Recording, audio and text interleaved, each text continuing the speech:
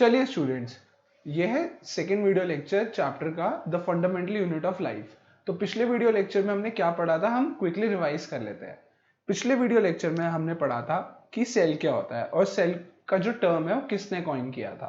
तो जो सेल है वो टर्म रॉबर्ट हुक ने कॉइन किया था। ये एक साइंटिस्ट थे जिन्होंने अपना माइक्रोस्कोप खुद डिजाइन किया था, प्लस इन्होंने हनीकॉम्ब का स्ट्रक्चर देखा था और उस स्ट्रक्चर को देख के उन्होंने ये देखा कि एक रेपिटेटिवनेस है, मतलब एक ही स्ट्रक्चर, एक ही ऑब्जेक्ट बार बार रिपीट हुआ है। तो उन्होंने उस बेसिक स्ट्रक्चर को सेल का टर्म कॉइन किया। फिर जब उन्होंने इसे सेल का टर्म कॉइन किया, फिर हमने देखा कि अगर हम ब्रिक देखें, एक वॉल देखें जो कि ब्रिक से बनी हुई होती है, तो उसमें बार बार ब्रिक्स रिपीट होती हैं। सिंस उसमें बार बार ब्रिक्स रिपीट होती हैं, तो हम ब्रिक को उसका फंडामेंटल या बेसिक स्ट्रक्चर मान सकते हैं कि एक ब्रिक को रिपीट कर करके वर्टिकली और हॉरिजॉन्टली हमारी वॉल बनती है। तो ऐसे ही रॉबर्ट हुक ने बोला कि जो हनीकॉम्ब का स्ट्रक्चर है उसमें सेल्स छोटे छोटे बने हुए हैं हनीकॉम्ब के, जिससे पूरा स्ट्रक्चर बन रहा है। तो पहले वीडियो लेक्चर में हमने ये देखा था। उसके बाद हमने देखा था अनियन पील एक्सपेरिमेंट। अनियन पील एक्सपेरिमेंट में हमने क्या देखा था, हमने एक स्लाइड प्रिपेयर की थी अनियन पील की। उस स्लाइड को प्रिपेयर करने के बाद हमने ये देखा कि अनियन जो है किसी भी साइज का हो, बड़ा हो छोटा हो, कैसे भी कलर का हो, तो जो उसका बेसिक स्ट्रक्चर है, जो उसका बेसिक सेल है वो सेम है। मतलब उसमें जो बेसिक बिल्डिंग ब्लॉक है वो सेम है। इसीलिए हमने क्या बोला था, cell basic building block of an organism है। फिर उसके बाद हमने देखा था कि सेल के फीचर्स क्या है। तो हमने सेल का फीचर को जॉल डाउन किया हुआ था कि the structure look similar to each other. ये सारे स्ट्रक्चर सिमिलर हैं, कि मतलब ये नहीं कि एक सेल डिफरेंट है और दूसरा सेल डिफरेंट है, दोनों सेल सिमिलर हैं। उसके बाद they form a big structure like an onion bulb. फिर जो हमने रेड कलर से पॉइंट लिखा था, हमने ये लिखा था the cells of onion peel will look same regardless of the onion we choose. जैसा कि मैंने आपको बताया कि हम किसी भी साइज का अनियन ले, बड़ा अनियन ले, छोटा अनियन ले, किसी भी कलर का ले, क्योंकि अनियन में भी डिफरेंट शेड्स होते हैं, कोई डार्क होता है, कोई डार्क पिंक होता है, कोई लाइट पिंक होता है। तो हम किसी भी कलर का अनियन ले तो जो सेल्स हैं वो सेम लगेंगे, मतलब उनका जो स्ट्रक्चर है, जो बेसिक बिल्डिंग ब्लॉक है वो सेम रहेगा। फिर हमने देखा था यूनिसेलुलर और मल्टीसेलुलर ऑर्गेनिजम्स के बीच में डिफरेंस।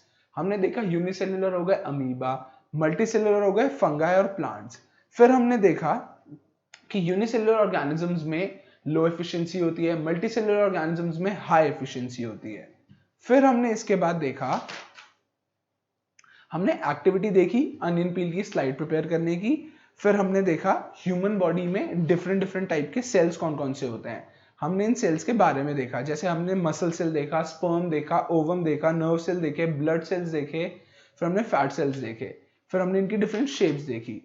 फिर हमने देखा कि ऐसा क्यों होता है। ऐसा इसलिए होता है क्योंकि human body multi cellular organism है, कॉम्प्लेक्स बॉडी डिजाइन है, हमें ज्यादा एफिशिएंसी चाहिए होती है। फिर इसके बाद हमने पढ़ा सिंगल सेलुलर ऑर्गेनिजम्स के बारे में, जैसे हमने पढ़ा अमीबा के बारे में। अमीबा अपना फूड कैसे लेता है, अमीबा अपना फूड सूडोपोडिया फॉल्सवीट के हेल्प के थ्रू लेता है, हमने ये सब देखा। फिर हम मल्टी सेलुलर ऑर्गेनिजम्स पे आ गए। हमने मल्टी सेलुलर ऑर्गेनिजम्स में क्या देखा कि हर सेल का डिफरेंट और स्पेसिफिक पर्पस होता है। सेल डिवीजन और डिवीजन ऑफ लेबर होती है ह्यूमंस में, कि डिफरेंट ऑर्गन्स डिफरेंट काम करते हैं। हमने ये सब देखा था। फिर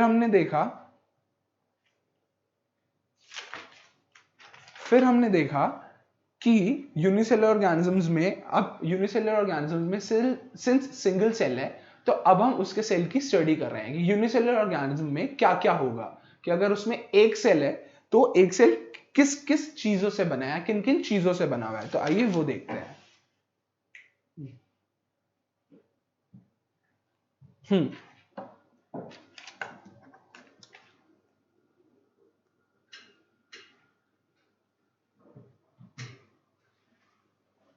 यूनिसेलुलर ऑर्गेनिजम्स,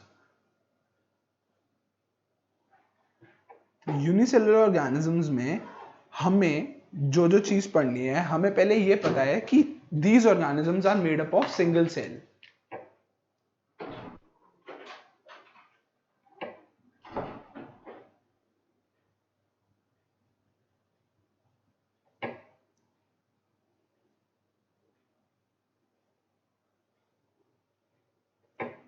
सिंस ये ऑर्गेनिज्म सिंगल सेल से बने होते हैं, एक सेल को सारे फंक्शंस परफॉर्म करने पड़ते हैं।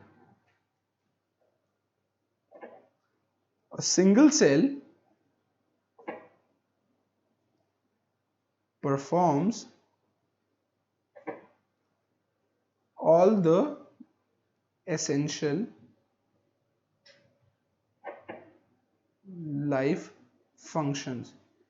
जो सारे फंक्शंस लाइफ को सस्टेन करने के लिए चाहिए होते हैं, तो वो सिंगल सेल ही परफॉर्म करता है। और वो सिंगल सेल कैसे परफॉर्म करता है, उसके बहुत सारे सेल के पास बहुत सारे कंपोनेंट्स होते हैं, हम वो देखेंगे।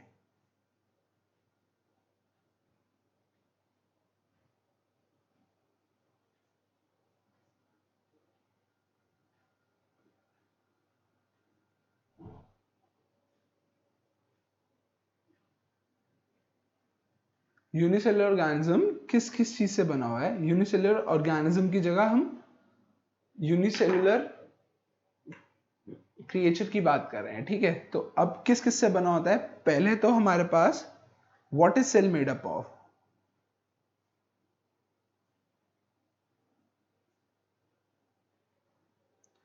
सेल किस किस चीजों से बना होता है, आइए ये लिखते हैं। पहले तो सेल में क्या होती है? सेल वॉल या सेल मेम्ब्रेन।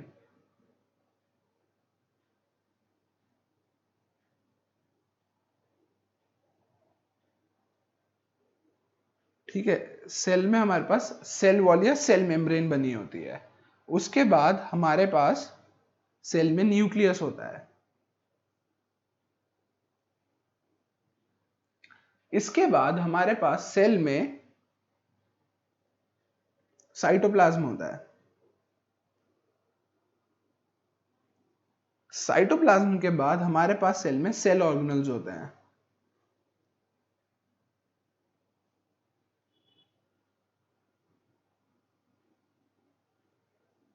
सेल ऑर्गेनल्स के बाद सेल में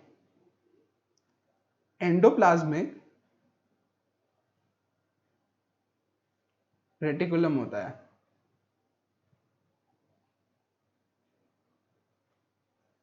ठीक है, cell wall, cell organelles, endoplasmic reticulum, इसे हम ईआर से भी शो करते हैं। इसके बाद सेल में गोल्गी एपरेटस होता है।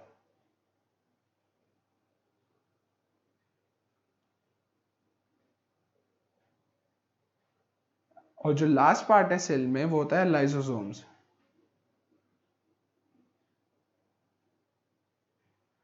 लाइसोसोम्स के बाद सेल में होता है माइटोकॉन्ड्रिया।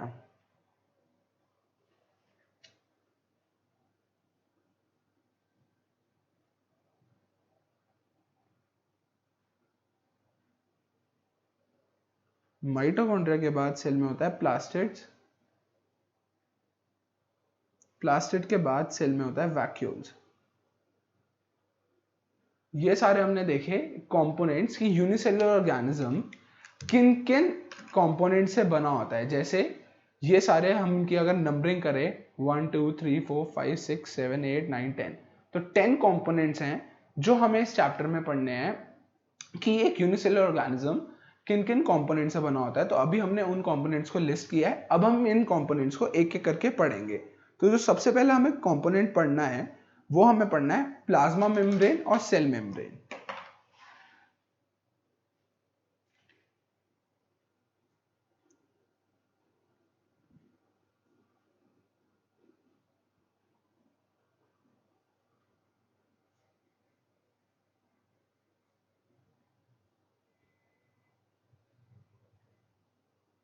ठीक है, तो जो पहला कंपोनेंट है वो है हमारा प्लाज्मा मेम्ब्रेन और cell membrane.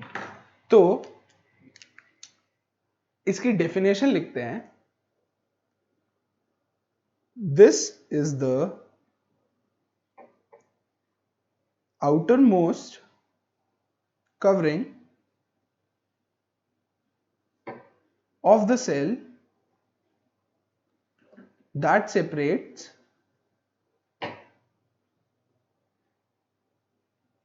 this is the outermost covering of the cell that separates the content of the cell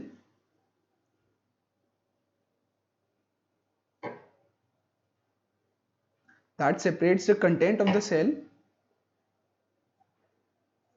from its external environment.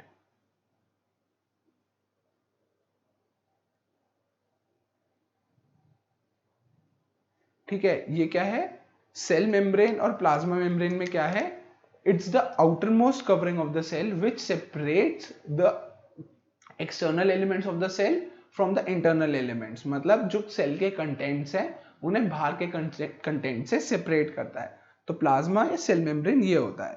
तो ये हमने लिखी इसकी डेफिनेशन।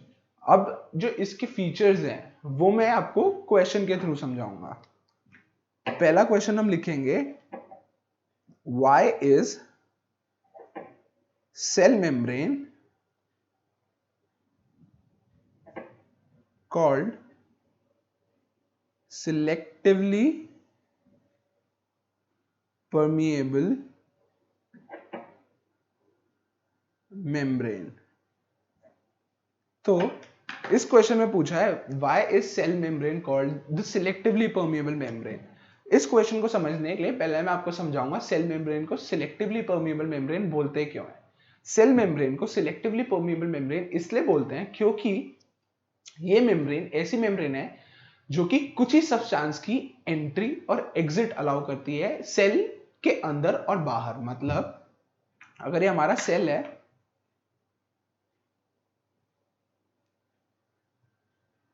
ये क्या है हमारी सेल मेम्ब्रेन, से हमारा है मीडियम जिसके अंदर सेल पड़ा हुआ है, ये हमारा न्यूक्लियस, यहाँ पे हमारा डिफरेंट सेल ऑर्गेनल्स।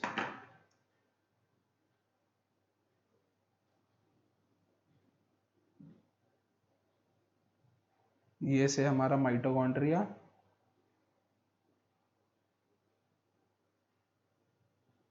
वैक्यूल, ये डिफरेंट हमारे सेल ऑर्गेनल्स हैं। ये हमारी सेल मेम्ब्रेन है, हमारा न्यूक्लियस है। अब ये जो हमारी सेल मेम्ब्रेन है जिसे मैं ब्लैक से डॉट डॉट से बना रहा हूं, हाईलाइट कर रहा हूं, ये मेम्ब्रेन सिलेक्टिवली परमिएबल मेम्ब्रेन इसलिए है क्योंकि अगर से बाहर वाटर है और सेल को वाटर की रिक्वायरमेंट है तो जो इसमें पोर्स होंगे ये सिर्फ एंट्री और एग्जिट वाटर की अलाउ करेंगे या सिर्फ पानी की एंट्री एग्जिट अलाउ करेंगे, डिपेंडिंग अपॉन द केस। मतलब ये हर चीज की एंट्री और एग्जिट अलाउ नहीं करेंगे, इसीलिए सिलेक्टिवली परमिएबल मेम्ब्रेन है कि अगर पानी की रिक्वायरमेंट है तो सिर्फ पानी की एंट्री और एग्जिट अलाउड होगी, अगर कोई और चीज की रिक्वायरमेंट है तो अकॉर्डिंगली एंट्री और एग्जिट अलाउ होगी। तो अब हम लिखते हैं the plasma membrane, the plasma membrane allows entry or permits entry and exit of some material entry and exit of some material in and out, entry and exit of some material in and out of the cell. It also prevents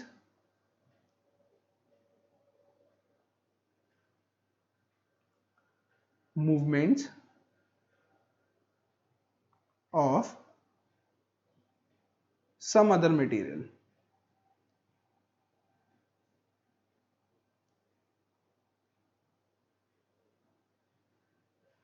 It also prevents movement of some other material. Thus, cell membrane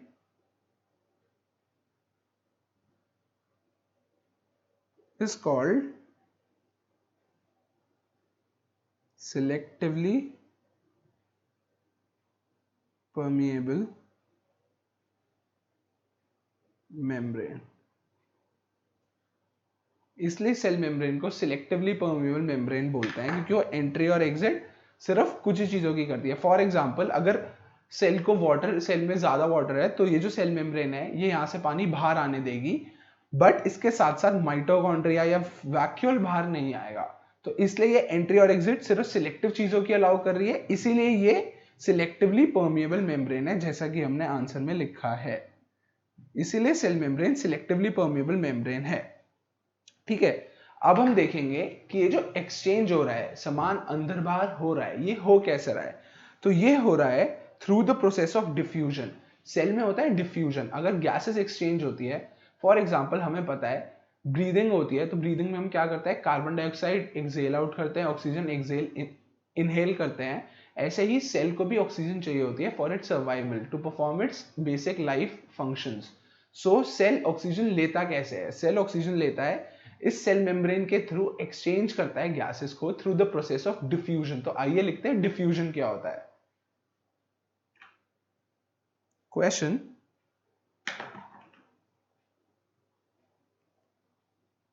what is diffusion?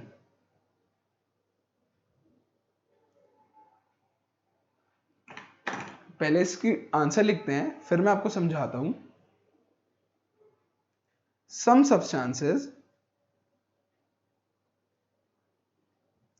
like carbon dioxide, oxygen can move across some substances like carbon dioxide and oxygen can move across the cell membrane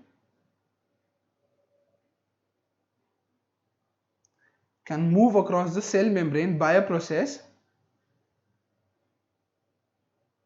called diffusion.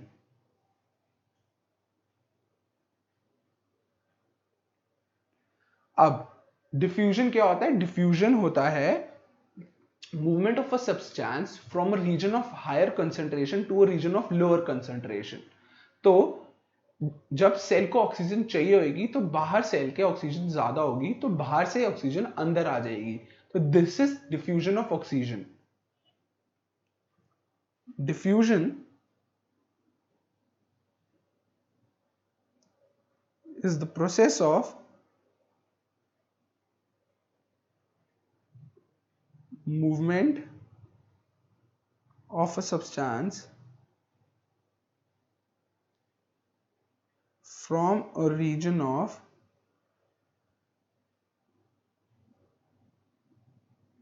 higher concentration to a region of lower concentration।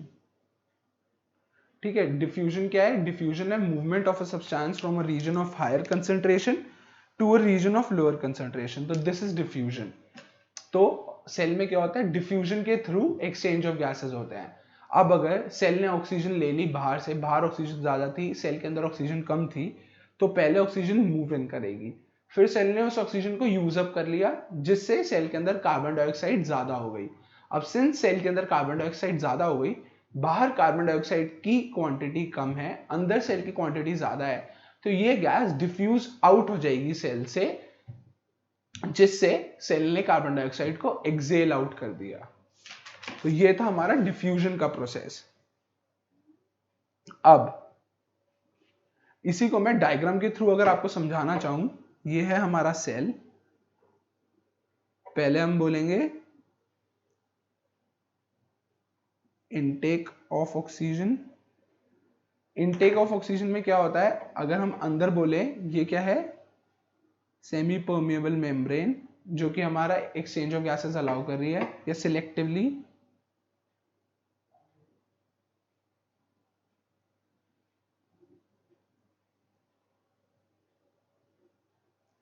ये selectively permeable membrane है। Intake of oxygen में क्या होता है? अंदर होती है low concentration of oxygen, बाहर होती है हाई कंसंट्रेशन ऑफ ऑक्सीजन। तो जो ऑक्सीजन है ये सेमी परमेबल मेम्ब्रेन के थ्रू सेल के अंदर रश करती है। Oxygen rushes inside the cell. जो ऑक्सीजन है सेल के अंदर रश करती है थ्रू सिलेक्टिवली या सेमी परमेबल मेम्ब्रेन। तो ये था इनटेक ऑफ ऑक्सीजन का केस। अब जो हम दूसरा करेंगे, हम करेंगे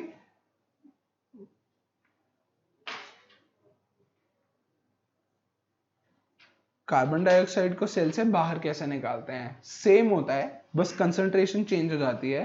अब सेल के अंदर कार्बन डाइऑक्साइड बहुत ज्यादा है, सेल के बाहर लो कार्बन डाइऑक्साइड कंटेंट है, तो क्या होता है, ये जो कार्बन डाइऑक्साइड है ये rushes out, carbon dioxide rushes out of the cell. यहां पे हमारी सेम सेमी परमिएबल मेम्ब्रेन थी।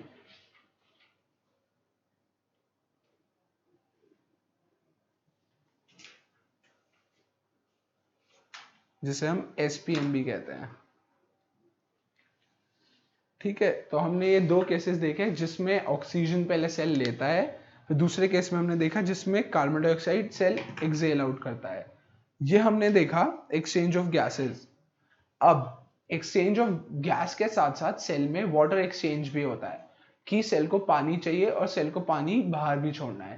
तो जब पानी सेल की मेम्ब्रेन के थ्रू एक्सचेंज होता है उस प्रोसेस को हम कहते हैं ऑस्मोसिस। अब हम ऑस्मोसिस के बारे में लिखते हैं। क्वेश्चन है,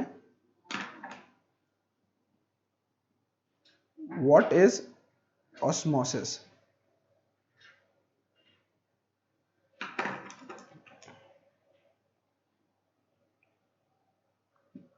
आंसर में the movement of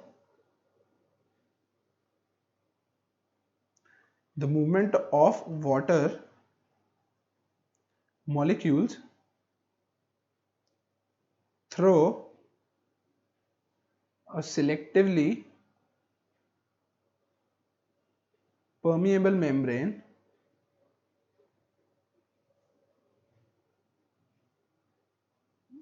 the movement of water molecules through a selectively permeable membrane is called osmosis. Basically osmosis क्या है? ऑस्मोसिस है diffusion of water.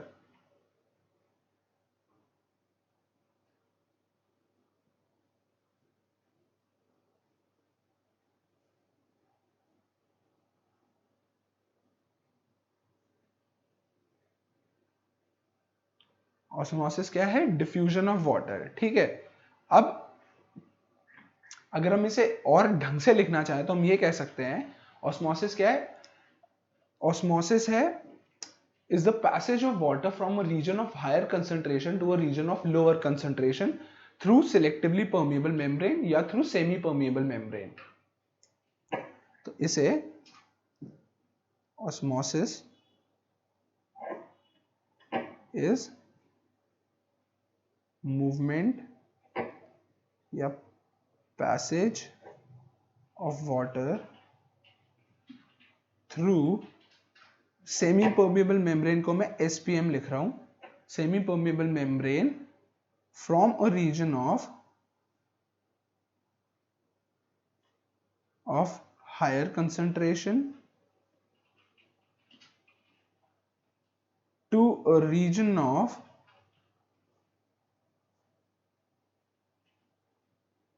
Lower concentration. यहां पे SPM क्या है? Semi permeable membrane. ये था हमारा ऑस्मोसिस। फिर ऑस्मोसिस के 3 केसेस होते हैं जो कि हमें डिस्कस करने हैं। पहले मैं इन 3 केसेस को इनलिस्ट करता हूं।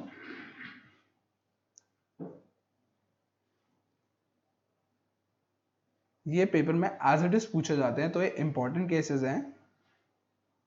3 केसेस होते हैं। पहला होता है जब हमारा हाइपोटोनिक सॉल्यूशन,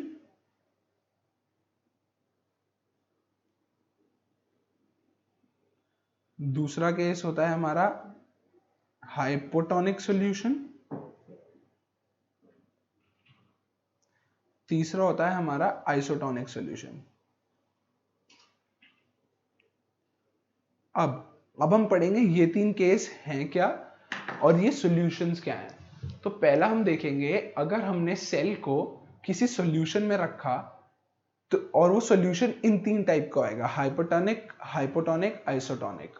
तो सेल क्या होगा, वाटर का मूवमेंट क्या होगा। तो पहले इन तीनों चीजों को समझने के लिए हमें इन सॉल्यूशन की प्रॉपर्टी समझनी पड़ेगी कि ये सॉल्यूशन किस टाइप के हैं। इन तीनों सॉल्यूशन को समझने के बाद हम देखेंगे कि किस टाइप का ऑस्मोसिस हो रहा है, पानी कहां से कहां पे जा रहा है। तो पहले हम फर्स्ट केस डिस्कस करते हैं।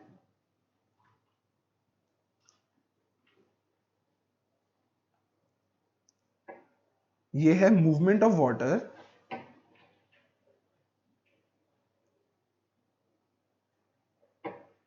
From outside to inside. जब पानी सेल के बाहर से सेल के अंदर आता है, मतलब movement of water from outside to inside. तो इस केस में जो हमारे पास सॉल्यूशन होता है, this occurs in hypotonic solution. अब हाइपोटोनिक सॉल्यूशन में क्या होता है, सेल के अंदर पानी आ जाता है, मतलब बाहर से सेल के अंदर पानी आ जाता है। तो अब हाइपोटोनिक सॉल्यूशन कौन सा सॉल्यूशन होता है? In this solution, hypotonic solution में क्या होता है, in this solution concentration of water outside is very high, thus water rushes inside the cell। मतलब बाहर वाटर की कंसंट्रेशन बहुत ज्यादा होती है, इसीलिए सेल के अंदर पानी रश इन करता है। अब अगर ये हमारे पास सेल है और ये हमारे पास एक डिश है जिसके अंदर वाटर है, यहां पे हाई कंसंट्रेशन है,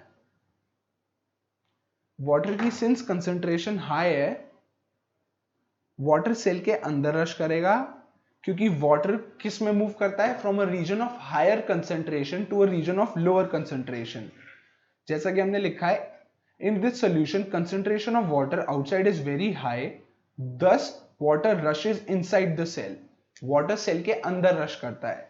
सिंस हमने देखा वाटर सेल के अंदर रश कर रहा है, तो इसमें क्या होएगा, द सेल स्वेल्स अप, मतलब सेल मोटा हो जाता है, सेल सूज जाता है, सेल बड़ा हो जाता है। क्योंकि पानी सेल के अंदर रश इन कर रहा है, इसलिए सेल का कंटेंट बढ़ जाता है। सेल इंक्रीजेस इन साइज, जो सेल का साइज है वो इंक्रीज कर जाता है। अब सिंस सेल का साइज इंक्रीज किया, इस केस में क्या हुआ, पानी सेल के अंदर गया from the external environment into the cell. अब इस चीज को हम याद कैसे करेंगे? इस चीज को याद करने का एक तरीका बनाया मैंने।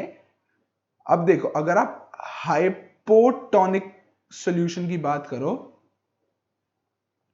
हाइपोटोनिक सॉल्यूशन में हमारे पास O आता है। O से आप याद कर सकते हो कि बाहर पानी ज्यादा है। बाहर पानी ज्यादा क्यों है? क्योंकि O है फुल, वो एक सर्कल है। इससे आप ऐसे याद कर सकते हो कि बाहर पानी पूरा भरा हुआ है।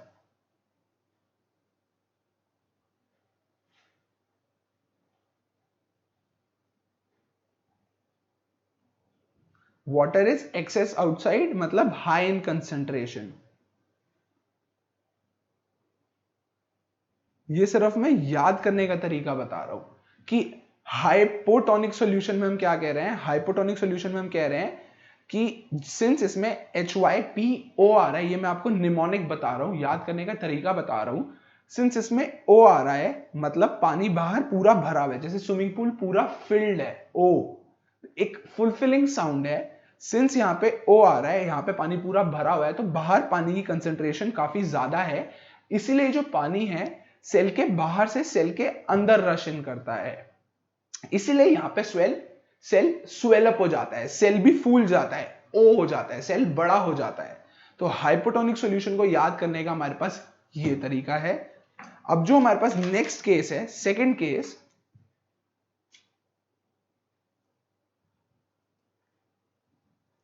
इस केस में हम देखेंगे यहां पे होएगा movement of water occurs from inside the cell to outside the cell। मतलब यहां पे जो वाटर का मूवमेंट होगा वो होगा सेल के अंदर से बाहर जाएगा पानी। अब इस केस में क्या होगा, पहले हम लिखेंगे दिस अकर्स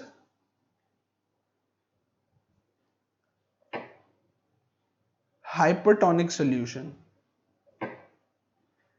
ऐसा किस केस में होगा, जब सॉल्यूशन हाइपरटोनिक सॉल्यूशन होगा। अब हाइपरटोनिक सॉल्यूशन का मतलब क्या है, हाइपरटोनिक सॉल्यूशन का मतलब है this type of solution is concentrated solution. ये जो सॉल्यूशन है कॉन्सेंट्रेटेड है, मतलब here amount of water is low as compared to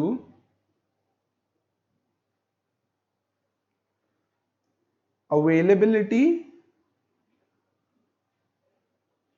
of water inside the cell। मतलब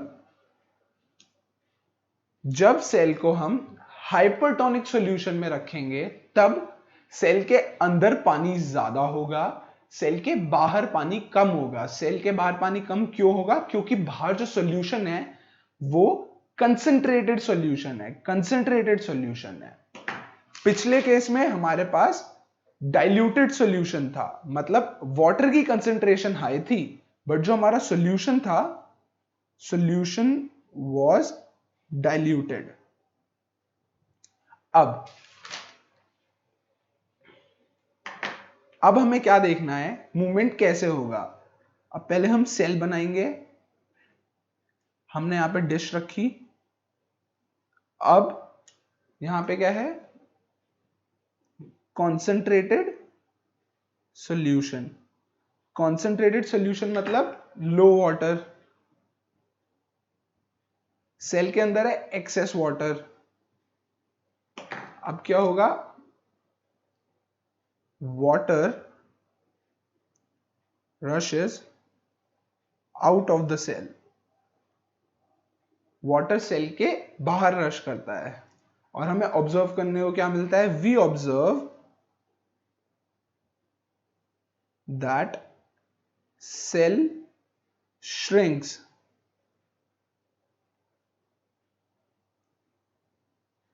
सेल श्रिंक कर जाता है, मतलब cell reduces in size.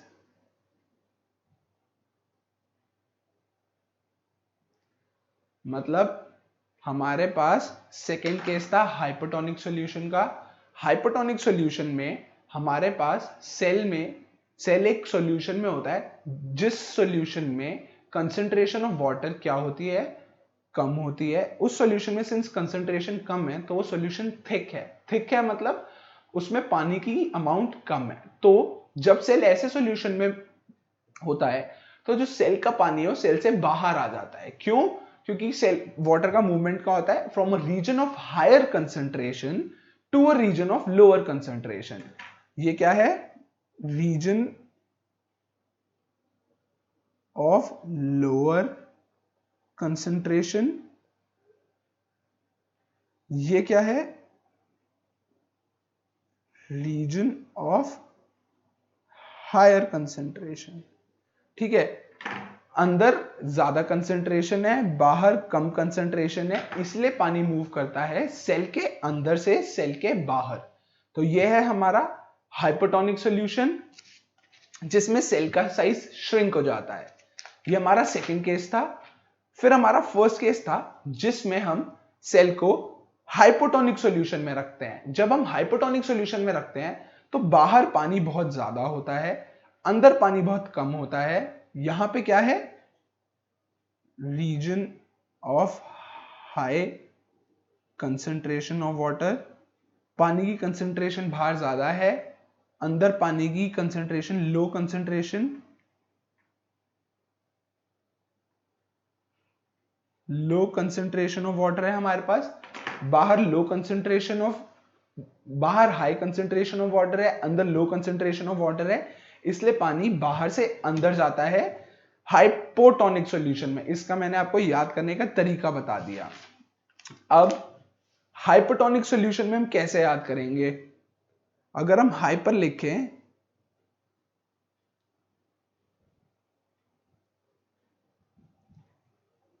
Hypotonic solution में अगर हम इसकी स्पेलिंग देखें तो हाइपोटोनिक में हमारे पास ई आ रहा है, ई का मतलब है एम्प्टी। इसमें क्या होता है, हाइपोटोनिक सॉल्यूशन में जब भी हम सेल को रखते हैं तो सेल का साइज श्रिंक हो जाता है। सेल का साइज श्रिंक होता है मतलब सेल से पानी बाहर आ रहा है, और सेल से पानी बाहर कब आ रहा है? जब हम उसे कॉन्सेंट्रेटेड सॉल्यूशन में रखते हैं। तो आप ई से एम्प्टी याद रख कर सकते हो, और एम्प्टी सेल कब हो रहा है? एम्प्टी सेल जब श्रिंक हो रहा है तब हो रहा है। Here cell shrinks and is put into concentrated solution जहां पे water concentration is low। तो मैंने इन दोनों तरीकों को आपको याद करने का तरीका बता दिया। हाइपोटोनिक में बाहर पानी ज्यादा होता है, हाइपरटोनिक में PER वाले में बाहर पानी कम होता है। तो हमने दो केसेस डिस्कस किए, अब हम थर्ड केस डिस्कस करेंगे। थर्ड केस है when no movement of water occurs। मतलब इस केस में कोई भी वाटर का मूवमेंट होएगा ही नहीं। अभी हमारा सेल है, ये हमारी एक डिश है, पेट्री डिश, जिसमें एक सेल को हमने डाल दिया। अब here water does not move in और out of the cell. concentration of water inside and outside the cell is same, thus no movement, no net movement is observed। तो इस टाइप के सॉल्यूशन को हम कहते हैं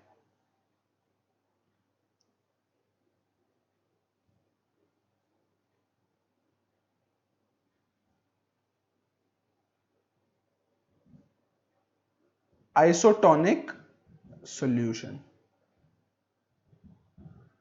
तो आइसोटोनिक सॉल्यूशन में हमने क्या देखा? आइसोटोनिक सॉल्यूशन में हमने देखा कि बाहर जो पानी की कंसंट्रेशन है और जो सेल के अंदर पानी की कंसंट्रेशन है वो सेम है।